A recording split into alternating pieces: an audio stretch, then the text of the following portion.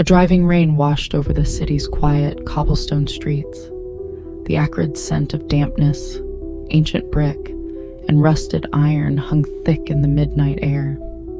Her black chador heavy and clinging to her body from the downpour, Nora ran toward the dead end of Lalazar Alley, her burning breath billowing in the cold. Her worn-out shoes slammed into water puddles, making a sound like shattering glass.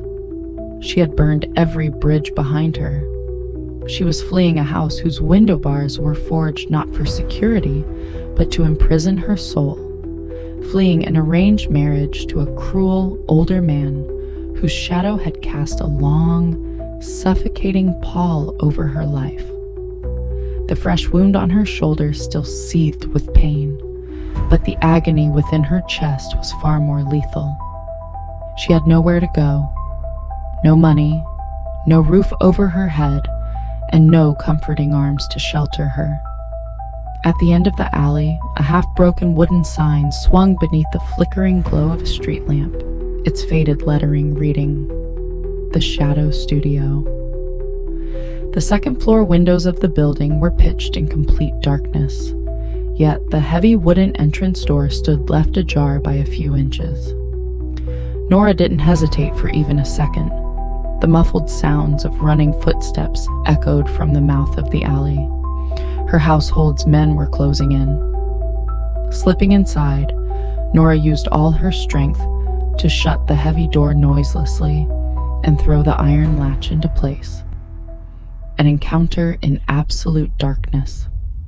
The entrance hallway was engulfed in pitch blackness, so dark that Nora could not even see her own hand before her face.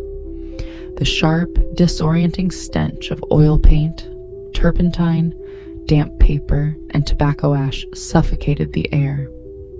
With trembling hands, Nora traced the wall and began climbing the creaking wooden stairs beneath her feet. Reaching the vast hall upstairs, she found no lights on.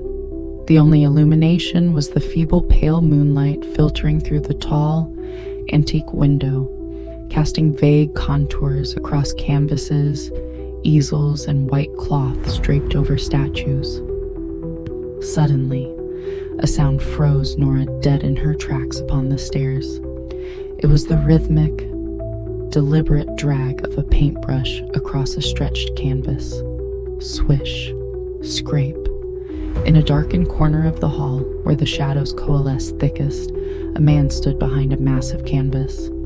In absolute darkness, where an ordinary person could not even discern the tip of their nose, he dipped his brush into paint and swept it across the canvas with astonishing, flawless precision. Nora stumbled backward, her foot knocking into an empty paint tin. It clattered loudly across the floor. The brushstrokes stopped. The man behind the easel did not turn around, but he tilted his head slightly upward. His features emerged in the half-light. A man in his early 30s with slightly disheveled hair, a chiseled jawline, and motionless olive eyes fixed blankly at a point in the empty space before him. Eyes that held no spark of light. In a deep, calm voice devoid of any emotion, the man spoke.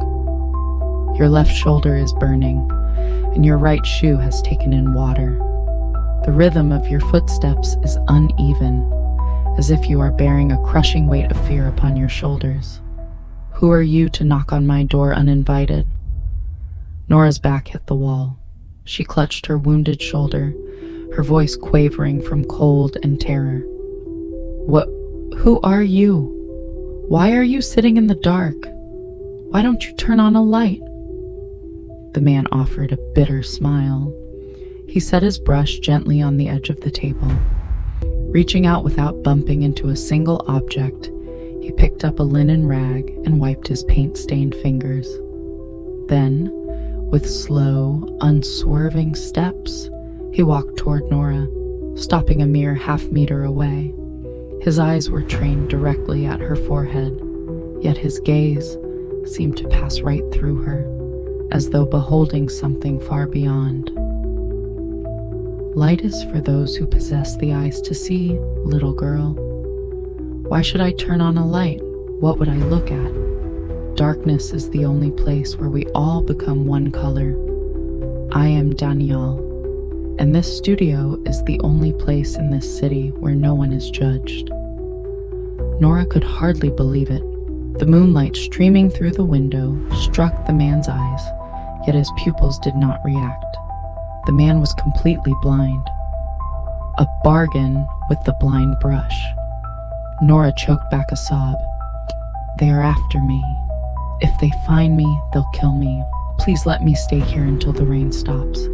I beg you. I'll leave at first light. Danielle turned back toward his easel, running his fingers along its edge to gauge his position. Cobble's rain tonight will not let up anytime soon. The scent of thunder will hang in the air until dawn. You may stay, but I give nothing away for free in this house. Everyone who enters my studio must pay a price. Nora reached into her empty pockets. I have no money. Nothing at all. Danielle picked up another brush. Money? What use is money to my darkness? The price of your stay is to sit still. Sit on that wooden chair. Let me paint your face. Nora gasped in astonishment. My face? But you can't see. Danielle smiled for the first time, a subtle, mysterious smile that sent a shiver straight down Nora's spine. People weave lies with their eyes, little girl. They look at appearances and believe them. But I know human beings by the resonance of their voices, the rhythm of their breathing, and the sound of their footsteps. Your soul is screaming loudly tonight. Let us see what color my brush paints your agony. Trembling with fear, Nora sat down on the rickety wooden chair in the middle of the room. She pulled back her damp chador slightly. Danielle set to work. He lit no lamps. There was only the rhythmic stroke of the brush against canvas and Nora's rapid, shallow breathing. What is your name? Danielle asked as he painted. And Nora, meaning light, Danielle murmured with a touch of irony. What an ill-suited name for a girl steeped in darkness tonight. Tell me, Nora, what are you fleeing from? A man? Or yourself? Nora closed her eyes, the scent of oil paint and the sound of pouring rain lulling her into a trance. From a man who believed he owned me. From walls that scraped my skin.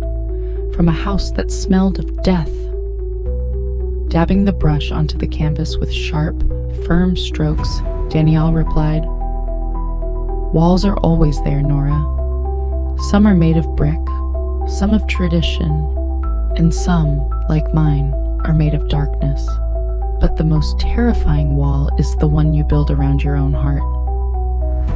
Hours slipped by.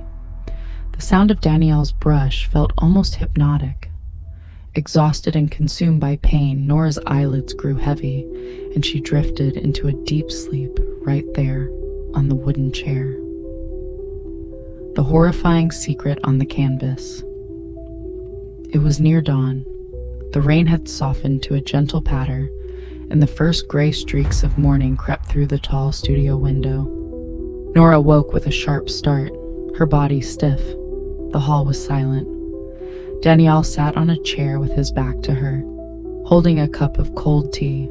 The canvas stood on its easel a short distance away. A mixture of curiosity and dread compelled Nora to rise quietly. Treading noiselessly, she walked over to Danielle's canvas to see what a blind painter could possibly have created in the dead of night. When she stood before the easel, the blood froze in her veins. She slapped a hand over her mouth to suppress a scream.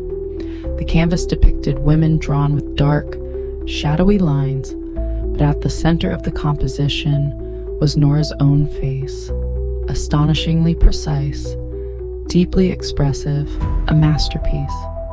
Yet that was not what terrified Nora to her core. Upon her likeness were details no blind man could possibly know. The single pendant blue earring hidden beneath her hair, which she had never mentioned. the tiny beauty mark nestled just under her left eye.